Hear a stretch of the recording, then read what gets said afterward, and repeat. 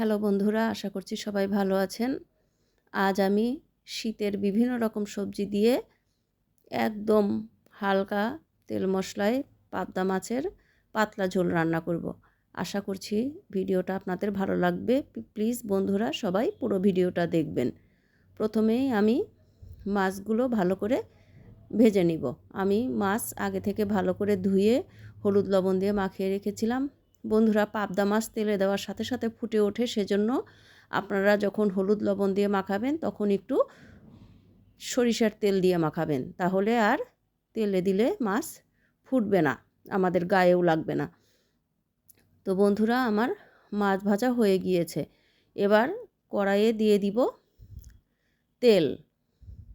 তো বন্ধুরা, আমি সবসময়ই আপনাদের বলে থাকি আমি একটু কম তেল ইউজ করি তো তরকারিতে। তো বন্ধুরা, আমার তেল গরম হয়ে গিয়েছে। এবার দিয়ে দিলাম একটু জিরা আর একটু কালো জিরে ফোড়ন। এবার সব সবজিগুলো দিয়ে দিলাম। এখন শীতের সময় বিভিন্ন রকমের সবজি পাওয়া যায়। আজকে আমি বিভিন্ন রকমের সবজি দিয়েই রান্নাটা করছি। এবার হলুদ লবণ দিয়ে আমরা সবজিগুলো আস্তে আস্তে ভালো করে ভেজে নিব। আমি আলু, বেগুন, মূলো, সিম, ফুলকপি, ঘরে যা যা সবজি ছিল সব কিছু একটু একটু করে দিয়ে দিয়েছি। তো বন্ধুরা, আজকের রান্নাটা আমি কাঁচামরিচ দিয়ে করব। গুঁড়ো মরিচ দিব না। মাঝে মাঝে কাঁচামরিচের তরকারি খেতে বেশ ভালোই লাগে। এবার একটু দিয়ে দিলাম হাফ চামচ আদা বাটা আর 1 চামচ জিরা বাটা। এবার আদা বাটা, জিরা বাটা সহ সবজিগুলো আর কিছুক্ষণ সময় আমরা ভেজে নিব। তো বন্ধুরা, আমার মশলা সহ সবজি ভাজা হয়ে গিয়েছে। এবার দিয়ে দিব ঝোলের জন্য পরিমাণ মতো জল। আমি একটু ঝোলের জন্য জল একটু বেশি করেই দিলাম, কারণ আমি পাতলা ঝোল রাখবো। এবার দিয়ে দিলাম আর একটু লবণ আর হলুদ। এবার আমরা দিয়ে দিলাম আরও 4-5টা কাঁচামরিচ।